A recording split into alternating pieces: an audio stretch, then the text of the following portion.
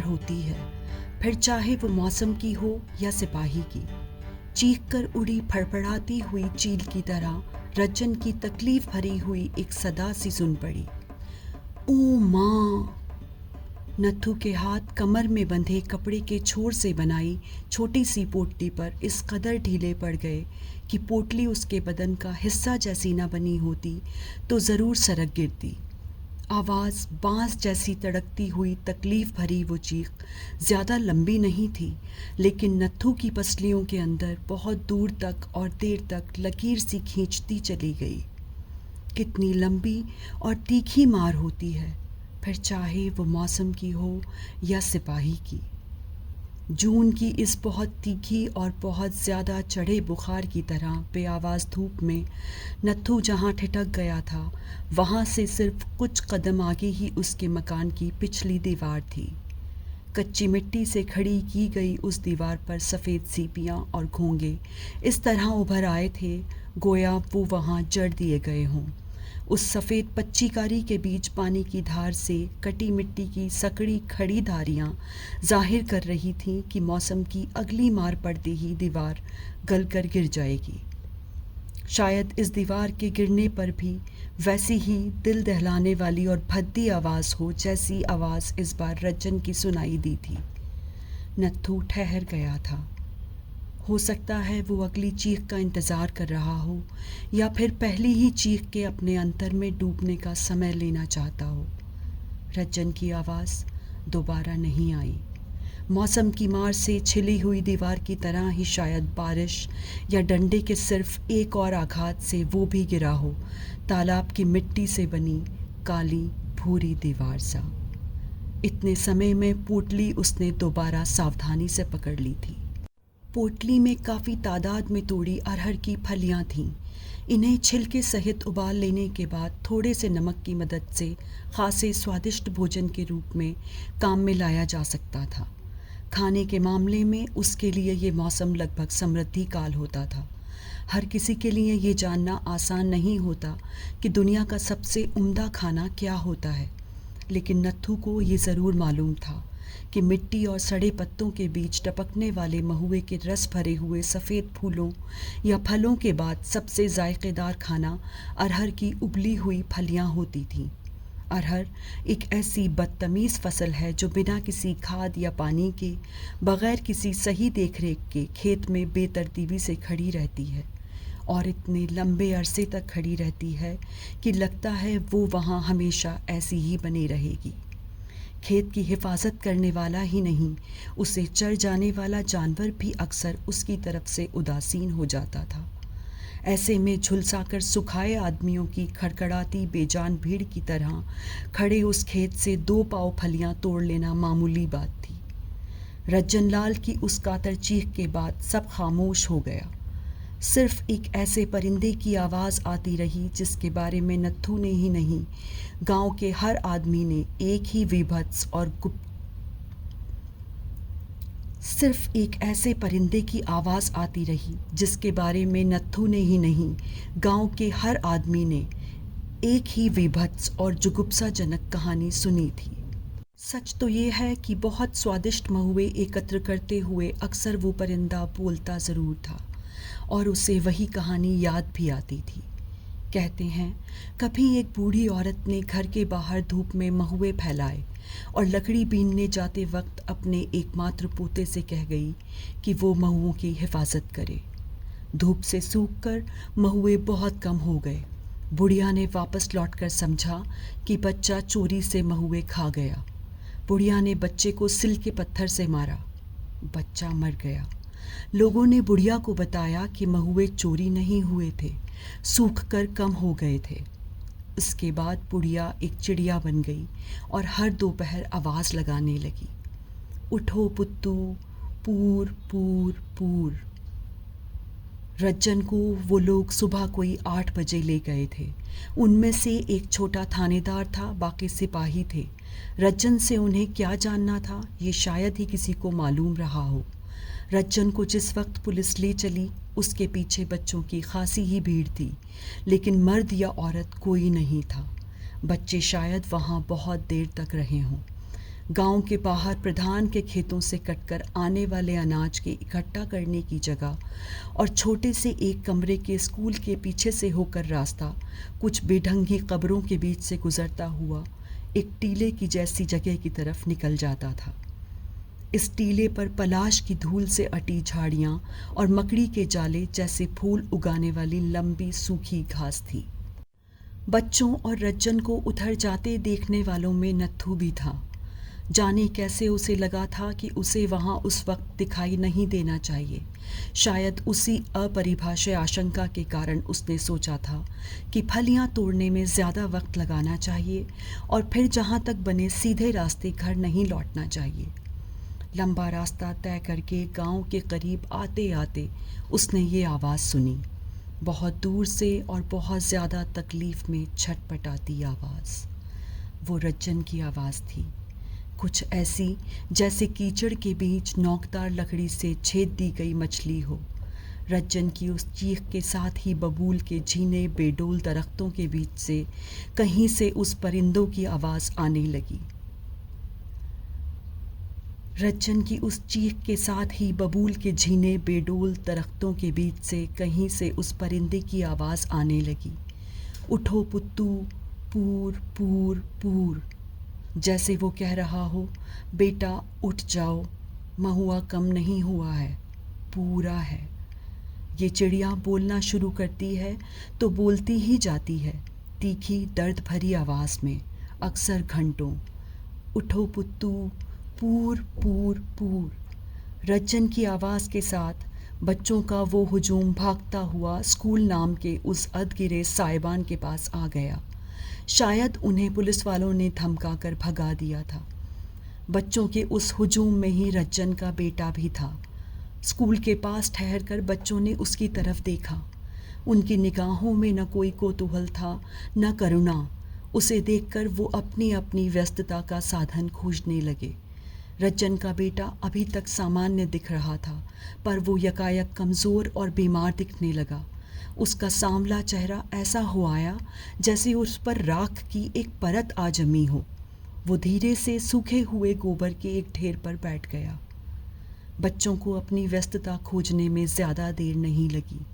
एक बहुत ऊंचे बीमार आम के पेड़ की सबसे ऊंची डाल पर लटके हुए सूखे से कच्चे आम को तोड़ने के लिए वो मिट्टी और पत्थर के ढेले उछालने लगे।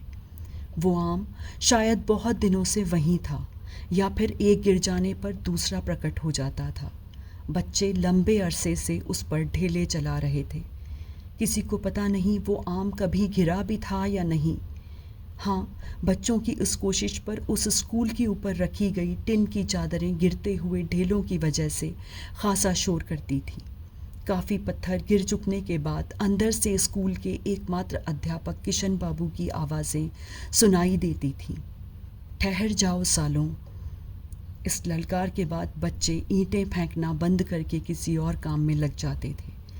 आम के उस दरख्त पर फेंके गए 2-3 ढेलों के बाद ही इस बार अध्यापक किशन बाबू की आवाज़ नहीं, आकृति बाहर आ गई। ये काफ़ी अनहोनी घटना थी। बच्चे सहम कर खड़े हो गए। भाग जाओ, किशन बाबू भरी आवाज़ में बोले। बच्चे भाग गए। किशन बाबू स्कूल के अंदर नहीं गए। गर्द और धूप से पीलिया के रोगी जैसे दिखते क्षितिज पर आंखें गड़ाकर उस तरफ देखने लगे जिधर से रज्जन के चीखने की आवाज़ें आ रही थीं। अब वो चीखने की आवाज़ें नहीं, कुछ ऐसी ध्वनियाँ थीं जिसे वो गले से नहीं, सीधे फेफड़ों से उबल कर बाहर आ रही हों। अब वो चीखने की आवाज़ें नहीं, कुछ ऐसी ध्वनियाँ थीं जैसे वो गले से नहीं, सीधे फेफड़े से उबल कर बाहर आ रही हों। स्कूल के आसपास एकदम सन्नाटा था। वो स्कूल था, इस बात पर शायद ही कोई विश्वास कर सके। कच्चे फर्श और टीन की छत वाले उस लंबोतरे कमरे में दूसरे से चौथे दर्जे तक की कक्षाएं एक साथ लगती थीं, कमरे के 3 कोनों में। और चौथे कोने में एक मेज़ के सहारे किशन बाबू बैठते थे। वो इस स्कूल के अध्यापक भी थे और पोस्टमास्टर भी। कुछ गालियों के साथ बच्चों को लगातार लिखते रहने का कोई काम देने के बाद वो सो जाते थे। कभी कभी खींच के साथ एक पोस्ट कार्ड देने या ख़त लिखने के लिए उन्हें जागना होता था। जागने पर किशन बाबू बहुत ज़ोर से खींचते थे, लेकिन बहुत थोड़े समय के लिए। जगाने वाला उनकी खींच से परेशान होने के बजाय हंसता था। वो अजीब चरित्र थे। उनकी चरित्रगत विशिष्टता ही थी कि वो या तो सिर्फ अध्यापक के रूप में जाने जाते थे या डाकखाना के नाम से। पोस्टमास्टर शब्द वैसे भी सहज नहीं था, पर उनके स्वभाव के कारण लोगों को उन्हें डाकखाना कहना अच्छा लगता था। इसकी वजह थी खासी मस्करी वजह। गांव वालों का विश्वास था कि ख़त ही नहीं, तार से भी ज़्यादा जल्दी पहुंचती हैं वो बातें जो कि किशन बाबू को बता दी जाती हैं। इसीलिए वो डाक बाबू नहीं, डाकखाना माने जाते थे। लेकिन इसमें कसूर किशन बाबू का नहीं था। वो ज़िंदगी में शायद ही कभी किसी ऐसी जगह गए होंगे जहाँ कोई मनोरंजन कर सकता हो। मन लगाने के लिए उम्र बढ़ने के साथ साथ उन्होंने वो तरीक़ा खोज लिया था जिसे भद्दी भाषा में मन लगाने के लिए उम्र बढ़ने के साथ साथ उन्होंने वो तरीक़ा खोज लिया था जिसे भद्दी भाषा में अक्सर लोग चुगली खाना कह लेते हैं। उस छोटे से गांव में ये एकमात्र सबसे सुलभ और लोकप्रिय मनोरंजन था। इस मनोरंजन की खूबी ये थी कि ये अक्सर कई रोज़ निरंतर मन बहला सकता था। पड़ोस के गांव में नौटंकी होती थी। उससे आगे एक कस्बा पड़ता था जिसमें एक अदद सिनेमा था, मगर ये दोनों ही बहुत सीमित मनोरंजन थे। अक्सर सिनेमा या नौटंकी देखने वाले को बाद में मानव विवाद जारी रखने के लिए अक्सर सिनेमा या नौटंकी देखने वाले को बाद में मनोविनोद जारी रखने के लिए खासे झूठ बोलने होते थे, जो कभी कभी पकड़े भी जाते थे।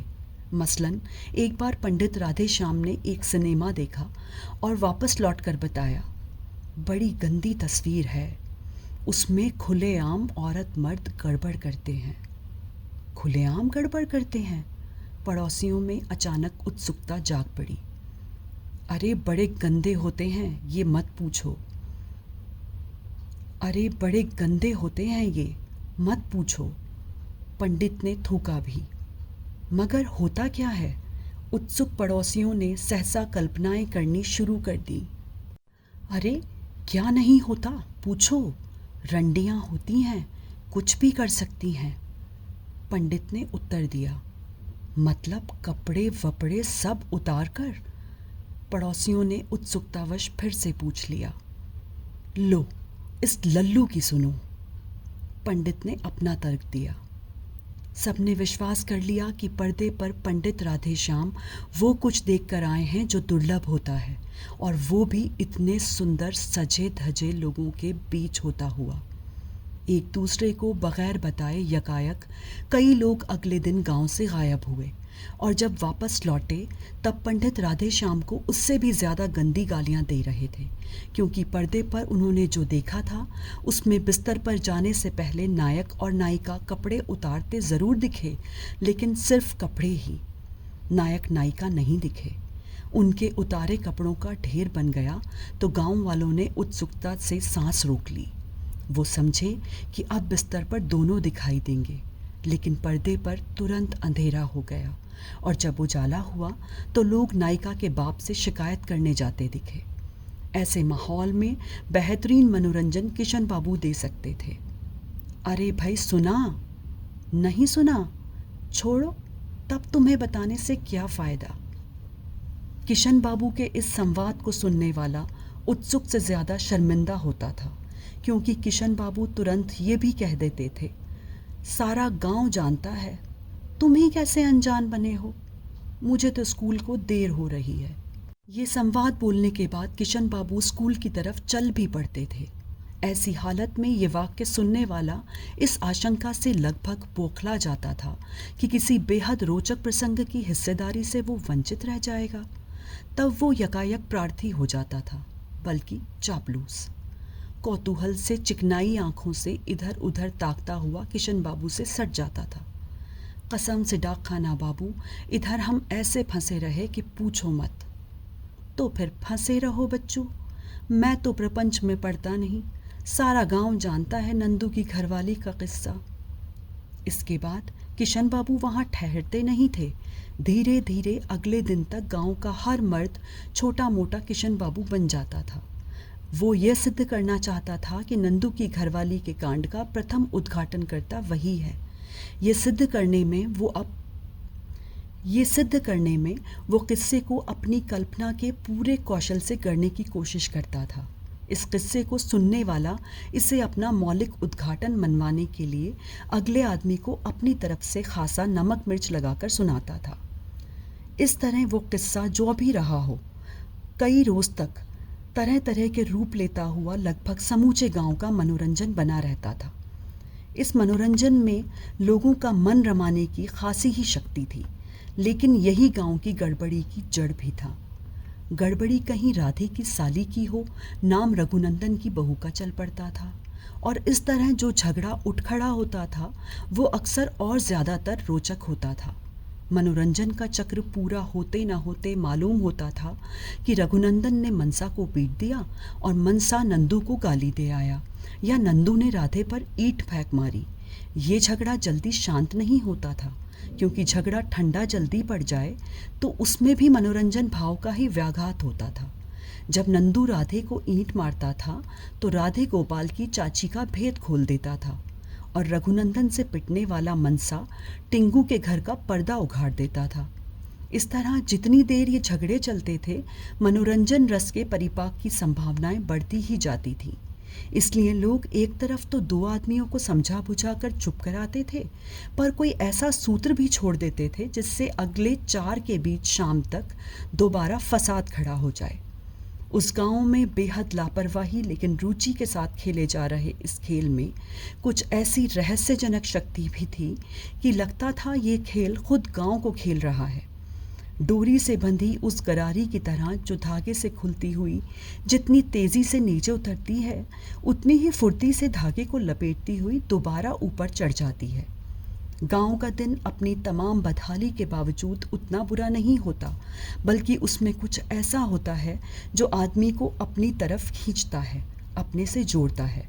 चाहे वो तालाब में सड़ने के इंतज़ार में छोड़े सन के पौधों का गट्ठर हो या पानी मांगता हुआ तंबाकू का पौधा। लेकिन रात वैसी नहीं होती है। गांव की रात में एक अनाम दहशत होती है। अंधेरे के साथ खौफ सख्त रोएं आदमी से ऐसे सटने लगते हैं जैसे कोई आदमखोर सूंघने की कोशिश कर रहा हो। ऐसे में आदमी या तो आग के इर्द गिर्द आदिम कबीले की तरह वक्त गुजारता है, या मिट्टी के घरों की गुफाओं में सिमट जाता है। गांव के दिन और रात का यही फ़र्क इस मनोरंजक खेल के 2 पहलुओं के बीच भी था। एक पहलू लोगों की रुचि का और दूसरा उससे उपजने वाली सामाजिक उलझन का। बड़े अनजाने और अनचाहे ही इस दूसरे पहलू की गांठें बढ़ती गई थीं। कभी कभी वो गांठें इतनी सख्त हो जाती थीं कि किसी असाध्य रसौली की तरह बिना कुछ जाने लिए मानती नहीं थी। इस गांव नौबन में पिछले कुछ अरसे से ऐसी ही कुछ रसौलियों ने ज़बरदस्त दर्द और तनाव पैदा कर दिया था। रिश्तों की ये रसौलियाँ कब मारक हो उठीं ये कोई नहीं जानता था, पर पिछले साल ज़बरदस्त सर्दियों में चींटियों से लिपटी नन्हे की लाश के साथ खासी गड़बड़ी शुरू हो गई, और उन रसौलियों की सड़न रज्जन और नत्थू से कैसे जुड़ गई इसका भविष्य भी उतना ही अतर्कित है जितना नन्हे की लाश से पैदा हुई गड़बड़ी का। ऐसा किसी ने कहा कि नन्हे मारा गया है, और उसके मारे जाने के पीछे होरीलाल की छोटी बहन का कोई किस्सा है। हीरालाल ने कुछ नहीं कहा, पर उसके छोटे भाई ने संतू को लाठियों से इसलिए बुरी तरह पीट डाला कि उसका ख्याल था यह बात संतू ने ही उड़ाई है। संतू को दोबारा होश नहीं आया। चूँकि उसे रात के अंधेरे में होरीलाल के भाई ने अकेले घेर कर मारा था, इसलिए हमलावर या हमलावरों का पता नहीं चला। लेकिन एक बात बहुत तेज़ी से फैलाई गई। किसी ने कहा संतू डकैत था, और चूंकि वो डकैत था इसलिए मदनलाल के गिरोह वाले उसकी मौत का बदला लेंगे। मुमकिन है ये बात किशन बाबू ने ही फैला दी हो, लेकिन इससे और ज़्यादा मामला उलझ गया कि मदनलाल बरसाती राम का दुश्मन था। ज़रूर मदनलाल अपने गिरोह के साथ लाला बरसाती राम पर चढ़ाई करेगा। इतना कुछ घट जाने के बाद नत्थू और रज्जन की भूमिका शुरू हुई। सारे घटनाक्रम से वो कुछ इस सहजता से जुड़ गए जैसे वो हमेशा से उस सब का हिस्सा बनने का हक पाकर आए हों। वो जुड़े हुए न दिखते तो ज़रूर अनहोनी बात होती। नत्थू और रज्जन नौबन के ख़ास चरित्र थे। उनकी इस विशिष्टता को लगभग हर कोई जानता था, लेकिन वो जानकारी भी उसी मनोरंजन का हिस्सा थी जिसमें स्त्री पुरुष संबंध थे। वो दोनों ही मुखबिर थे, दोनों सगे भाई थे, लेकिन आपस में गहरी दुश्मनी थी। दोनों सगे भाई थे लेकिन आपस में गहरी दुश्मनी थी। रज्जन डकैतों का मुखबिर था और नत्थू पुलिस का, ऐसा लोगों का ख्याल था। मगर नत्थू कुछ ज़्यादा चालाक था। वो डकैतों के लिए भी मुखबरी करता था। डकैतों के कहीं मौजूद होने की सूचना पुलिस को देने के बाद वो उतनी ही फुर्ती से डकैतों को ये खबर भी पहुंचा देता था कि पुलिस को उनके बारे में खबर हो गई है। चूँकि अक्सर दोनों ही बातें सच होती थीं, इसलिए नत्थू इस काम में कहीं ज़्यादा सफल था। शुरू में ये काम बहुत डराता था, ख़ास तौर से नत्थू को। रज्जन भी शुरू में डरा था। वो जानता था कि जिस दुनिया में रज्जन भी शुरू में डरा था। वो जानता था कि जिस दुनिया में वो रह रहा था वहाँ का बेहतरीन मनोरंजन कानाफूसी ख़तरनाक हद तक भेद खोलने वाला यंत्र था। बहुत जल्दी ही हर किसी को मालूम हो जाता था कि नौबन में कोई अकेला व्यक्ति चुपचाप कहाँ क्या कर आया। पहली बार मीरपुर की शादी में आए सोने के जेवरात की खबर रज्जन ने जब मदनलाल को पहुंचाई तो वापस लौटते समय डरा, लेकिन जल्दी ही उसे मालूम हो गया कि चूंकि वो डकैत मदनलाल से संबंधित माना जा रहा है, इसलिए लोग उससे भी लगभग वैसा ही खौफ खाने लगे हैं जैसा डर वो खुद मदनलाल से महसूस करते थे। नत्थू ने पुलिस की मुखबरी कुछ हद तक रज्जन से चिढ़ के कारण की थी। एक दिन वो एक जंगली लटार से वो काली मोटी फलियां तोड़कर लौट रहा था, जिनके ऊपर चिपके रोएं बेहद खुजली पैदा करते थे। वो खुजली पैदा करने वाले उन तंतुओं को महज एक शरारत के लिए ला रहा था। तभी उसने रज्जन को एक बिल्कुल नए रूप में देखा था। वो खासी शराब पिए हुए था और गुड़ में चने की दाल मिलाकर बनाई मिठाई का भारी सा टुकड़ा अंगोछे में बांधे था, जिसका एक सिरा सायास विज्ञापन की तरह बाहर झांक रहा था। रज्जन की उस दिन पहली अच्छी आमदनी हुई थी। हालांकि ये आमदनी आसान नहीं थी, फिर भी वो बहुत खुश था। उसके सिर्फ 3 दिन पहले ये सिलसिला शुरू हुआ था। रज्जन एक दोस्त की बारात से लौट रहा था। उसने कुर्ते के ऊपर पहनने वाली सदरी राधे से मांग ली थी और कुर्ते धोती को भरसक धो लिया था। उसने जूते में घोड़े की जैसी नाल जड़ी हुई थी, जिसकी वजह से चलते वक्त बड़ी शानदार आवाज़ होती थी। सिर पर टोपी लगाने के बाद उसने एक लाठी भी ले ली थी। इस तरह चलते हुए वह अपने को खासा महत्वपूर्ण व्यक्ति समझने लगा था। नौबन लौटते वक्त रात हो गई थी। सड़क के दोनों तरफ खड़े काले दरख्तों के बीच से छनकर चांदनी के छोटे बड़े धब्बे सड़क पर दूर तक छितराए हुए थे। उस सूनी सड़क पर चांदनी के वो धब्बे कुचलते हुए आगे बढ़ने पर जूतों से जो आवाज़ होती थी, उसकी ताल पर वो गाना भी गाने लगा था। उसकी आत्मविभोर मन स्थिति बहुत ही बेदर्दी से टूटी। बहुत बदतमीज़ी से उसे ललकारते हुए अपने चेहरे लपेटे जिन 1 दर्जन लोगों ने उसे अचानक घेर लिया था, उन्होंने न सिर्फ उसे गालियां ही दी, बल्कि उनमें से एक ने उसकी कमर के पास लाठी भी दे मारी। उस हमले में चोट से ज़्यादा अपमान के कारण वो रो पड़ा। उसे घेरने वाले लोग डकैत थे। अपनी हैसियत बताने के बाद उन्होंने उसे और पीटा और जब अपनी कारगुजारी से संतुष्ट हो गए तो उन्होंने उससे कहा कि उसके पास जो कुछ भी हो चुपचाप हवाले कर दे। हवाले करने लायक रज्जन के पास सिर्फ 1.5 रुपये थे। कुछ मिठाई भी थी। इतनी लूट से डकैत बहुत ज़्यादा चिढ़ गए और उन्होंने उसे फिर पीटा, बल्कि उनमें से एक चिल्लाया, मार कर फेंक दो साले को। रज्जन रोता हुआ बोला, मुझे मारकर क्या मिलेगा दादा? अबे तो फिर किसको मारकर मिलेगा हैं? इसी संवाद से रज्जन के लिए एक नया रास्ता खुल गया। उसने मुन्ना साहू का पता दे दिया और ये भी बता दिया कि पैसे उधार लेने के लिए लोग जो जेवर गिरवी रखते थे, उन्हें वो भूसे वाली कोठरी में रखता था। साले, अगर वहाँ कुछ ना मिला तो काट कर फेंक देंगे। उन्होंने जाते जाते उसे धमकी दी और थोड़ा सा और पीटा। निश्चय ही डाकुओं को मुन्ना साहू के यहाँ खासा माल मिला होगा, क्योंकि थोड़े ही अरसे बाद उन्हीं में से दो जनों ने निश्चय ही डाकुओं को मुन्ना साहू के यहाँ खासा माल मिला होगा, क्योंकि थोड़े ही अरसे बाद उन्हीं में से दो ने जाने कैसे उसे फिर खोज लिया था।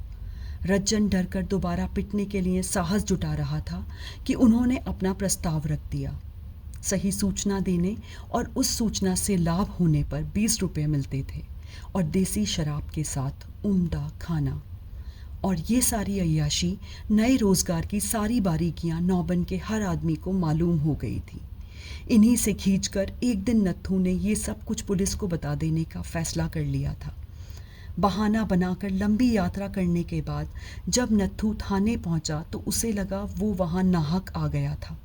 पुलिस के पास जाने की बात सोचना उसके लिए आसान था, पर उससे सामना करते वक्त वो सचमुच घबरा गया। उसे लगा रज्जन वो खुद था और अपने आप को यहाँ सौंपने आया था। थाने का छोटा दारोगा उसे सामने ही खड़ा मिल गया था। वो खाना खाकर उठा था और दांत खोदने के बाद पेड़ के नीचे चारपाई पर थोड़ी देर सो लेने की तैयारी में था। उसके सामने पड़ते ही नत्थू की शक्ल किसी अपराधी जैसी हो गई और उसका गला बिल्कुल खुश्क हो गया। कौन है बे? यहाँ क्या कर रहा है? दारोगा ने दांत से निकली साग की पत्ती जोर से थूकी। हुजूर, आपकी खिदमत में आया था, नत्थू ने किसी तरह कहा। दारोगा ने उसे तीखी निगाहों से घूरा, फिर चिल्लाकर मिट्टी पर पानी छिड़कते सिपाही से बोला, अबे इसे देख तो उधर ले जाकर, खासी हरामी चीज़ लग रहा है। सिपाही ने भी उसे इसी तरह घूरा था। थोड़ी देर बारीकी से उसका मुआयना करने के बाद बाह के पिछले हिस्से पर पंजा गड़ाकर वो उसे अंदर की तरफ ले गया था। अंदर पहुंचते ही नत्थू के कुछ कहने से पहले सिपाही ने उसे अपनी तरफ पुतले की तरह घुमाया और छाती के बीचों बीच इस तरह बिना कोई उत्तेजना दिखाए घूंसा मारा, गोया वो किसी बालू के बस्ते पर घूंसेबाजी का अभ्यास कर रहा हो। घूंसा मारने के साथ ही उसने उल्टे हाथ से उसकी कनपटी पर एक थप्पड़ भी मारा। नत्थू थोड़ा झुक गया था, पर थप्पड़ पड़ते ही उलटकर दीवार के पास जा गिरा था। ये रज्जन या नत्थू ही नहीं, नौबन के हर छोटे आदमी को मालूम था कि शहजोर से संवाद शुरू होने की भाषा आमतौर पर यही होती थी। इसलिए पहली मार की घबराहट पर उसने जल्दी ही काबू पा लिया। हुजूर, दारोगा साहब, मैं तो बड़ी ज़रूरी खबर देने आया था। इस पर सिपाही कुछ हिचका, लेकिन एक जोरदार ठोकर और मार लेने के बाद ही उसने पूछा, साला खबर लाया है? क्या खबर लाया है? हैं? हुजूर, वो डकैत। डकैत? क्या डकैत? हुजूर, डकैत हरीराम कल डाका डालने वाला है। इसकी सुनो। सिपाही जैसे दीवारों से ही बोला, तेरे पास साले है ही क्या कि हरीराम तुझे लूटेगा? मक्कारी करता है साला, किसी बेगुनाह को फंसाना चाहता है। तेरी तो। ये कहकर सिपाही ने उसे थोड़ा और पीटा। मगर मेरी बात तो सुन लीजिए हुजूर, बाद में फांसी पर चढ़ा दीजिएगा। हरीराम कुंदन को लूटने आएगा, नत्थू ने किसी तरह कहा। ये सूचना भी उसे खुद रज्जन की हरकतों से मिल गई थी। सिपाही ने उसे इस बार पीटा नहीं, सिर्फ कुछ फौश सी गालियाँ दी और धक्का देकर दारोगा के पास ले आया। अब क्या तकलीफ हो गई जी? दारोगा खींच गया। ये हरामी कहता है कि हरीराम कल रात कुंदन के घर पर डकैती डालेगा। मारो साले को और बंद कर दो, दारोगा ने हुक्म दिया। नत्थू सचमुच ही थोड़ा और पिटा और हवालात में बंद कर दिया गया। लेकिन दूसरी रात डकैती पड़ गई। डकैती बहुत बुरी तरह पड़ी। उस रात कुंदन का साला भी आया हुआ था। वो खामपुर के थाने में मुंशी था। उसने डकैतों से थोड़ी सी पुलिस की शेखी मारने की कोशिश कर दी, बल्कि हरीराम के एक साथी को पकड़कर पटक भी दिया। इसके बाद हरीराम फिल्मों वाला डकैत बन गया। उसने बुरी तरह लूटा भी और चलते चलते कतार से खड़ा करके घर के 4 मर्दों को गोली भी मार दी। मरने वालों में वो मुंशी भी था। थाने पर यह खबर पहुंचते ही नत्थू छोड़ दिया गया। अब वो पुलिस का विश्वसनीय सूत्र बन चुका था। मारे जाने वालों में से चूंकि एक पुलिस का मुंशी खुद था, इसलिए जल्दी ही पुलिस ने दोबारा नत्थू को खोज लिया। यहाँ से इस खेल ने एक ऐसा मोड़ ले लिया जो कहीं रज्जन और नत्थू दोनों की जिंदगी से जुड़ता था। हालांकि इस काम में आमदनी बहुत अच्छी न थी, लेकिन कुछ काम तो चल ही जाता था। सबसे बड़ी बात थी कि एक ख़ास किस्म की व्यस्तता का एहसास। मुखबिरी के इस धंधे की शुरुआत जहां नत्थू और रज्जन की आपसी दुश्मनी से हुई थी, वहां इसमें विकास की प्रक्रिया दोनों को धीरे धीरे एक दूसरे के इस तरह करीब लाने लगी कि वो काफ़ी हद तक एक दूसरे के पूरक या सहयोगी हो गए। नत्थू की पुलिस तक पहुंचाई जाने वाली सूचनाएं अक्सर रज्जन से ही मिलने लगीं, क्योंकि पुलिस कार्यवाही के बारे में डकैतों तक पहुंचने वाली खबरें रज्जन नत्थू से लेने लगा। ये भी मज़े की बात थी कि इस बेहद मशीनी अंदाज में होने वाली मुखबिरी से मुखबिर तो खुश थे ही, पुलिस और डकैत भी प्रसन्न थे। दरअसल इन मुखबिरों के कारण दोनों की आसानियां बढ़ गई थीं। पुलिस या डाकुओं में से दोनों को पता लग जाता था कि कौन कहाँ कब और क्या करेगा। डकैत आते थे और इत्मीनान से लूट कर चले जाते थे। फिर पुलिस आती थी। वो उन अड्डों पर छापा मारती थी जहाँ से डकैत पहले ही भाग चुके होते थे। पुलिस शराब की खाली बोतलें और अधजली सिगरेटें सील करके लौट जाती थी।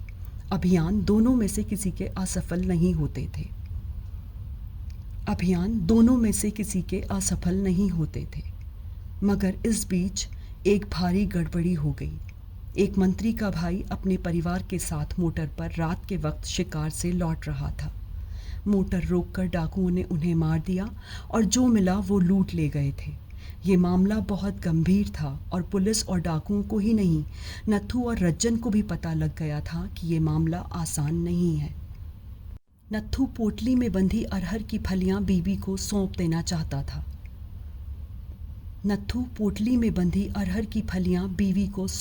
चाहता था और अगली किसी कार्यवाही से पहले ही गांव से बाहर कहीं गायब हो जाना चाहता था। उसने मकान के पीछे वाले दरवाजे पर हाथ रखना ही चाहा था कि उसे लगा अंदर कोई है। क्या अंदर पुलिस वाले हैं? थोड़ी देर अपने आप को संयत करके उसने दरवाजे की संद से अंदर झांकने का फैसला किया। ये काम आसान था। उसे मालूम था कि पिछला दरवाज़ा बेहद आवाज़ करेगा। ज़रा सा छूते ही आवाज़ें उसे साफ सुनाई दे रही थीं। वो कुछ अजीब तरह की थी। आखिर उसने बहुत सावधानी से दरवाजे की दरार से अंदर की ओर झांका।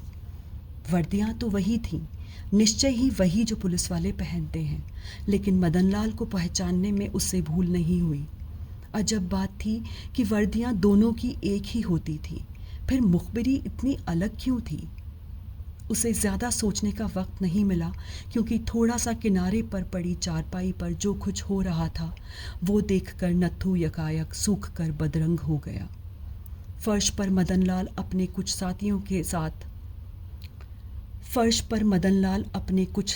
के साथ बैठा हुआ मुंह भर भर कर कुछ खा रहा था, और चारपाई पर बिना किसी कपड़े के उसकी बीवी इस तरह चित्त लेटी थी जैसे बरसात के मौसम में मनाए जाने वाले त्योहार में चौराहे पर डालकर छड़ियों से पीटी फटी गुड़िया।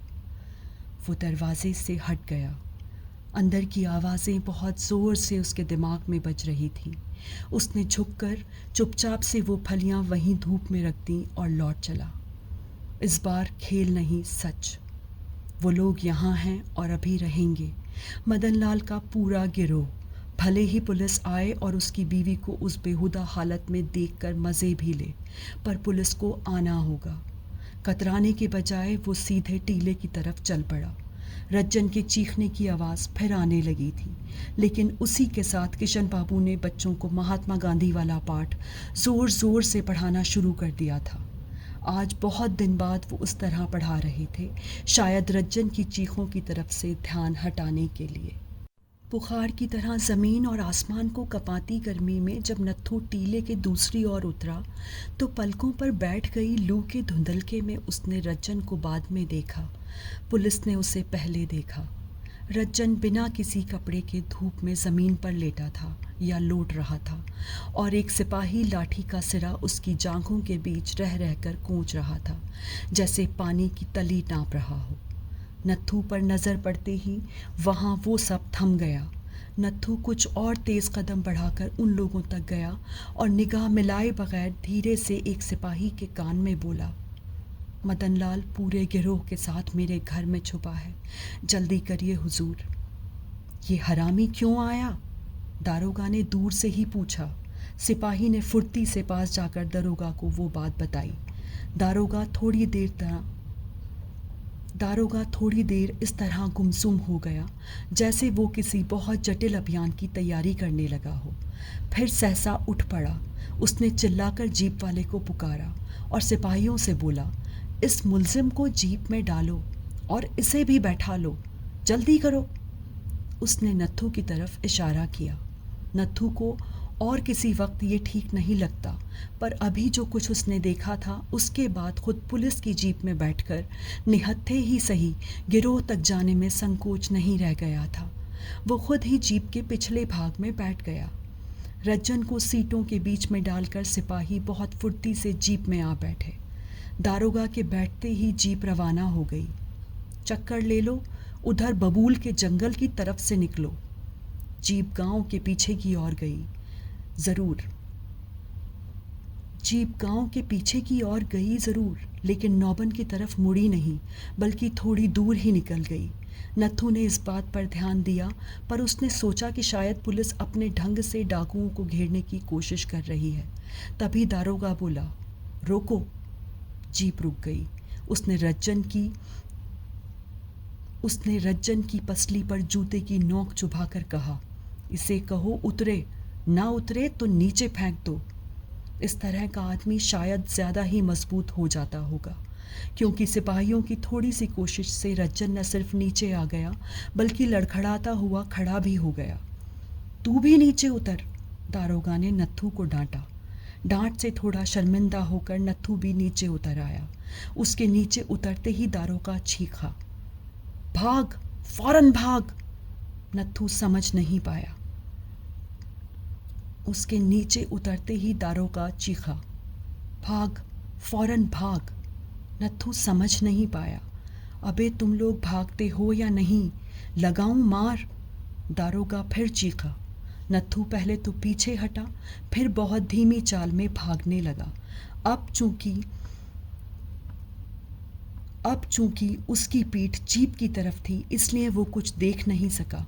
सिर्फ उसे रज्जन की ऐसी कातर आवाज़ सुन पड़ी जैसे वो भीख मांग रहा हो, और उसे देखने के लिए सिर घुमाने से पहले ही उसने कान फाड़ देने वाली गोली की आवाज़ सुनी। वो पीछे मुड़कर देखना चाहता था, पर तभी उसे जैसे किसी ने पीछे से भयानक धक्का दिया और सामने सीने के पास मांस का लोथड़ा सा लटक आया। वो डगमगाया और नीचे गिर गया। परिंदे उड़कर ज़बरदस्त शोर करने लगे। गिरने के बाद जाने क्या हुआ कि उसका दर्द बिल्कुल खामोश हो गया। जीप पीछे हटी और वापस चली गई। दोनों लाशें वहीं पड़ी रहीं। जाने कब पुलिस वाले उनके पास एक जंग लगा तमंचा फेंक गए थे। परिंदे थोड़ी देर में फिर शांत हो गए, पर उस उदास पक्षी की आवाज़ उसी तरह सुनाई देती रही। उठो पुत्तू, पूर पूर पूर।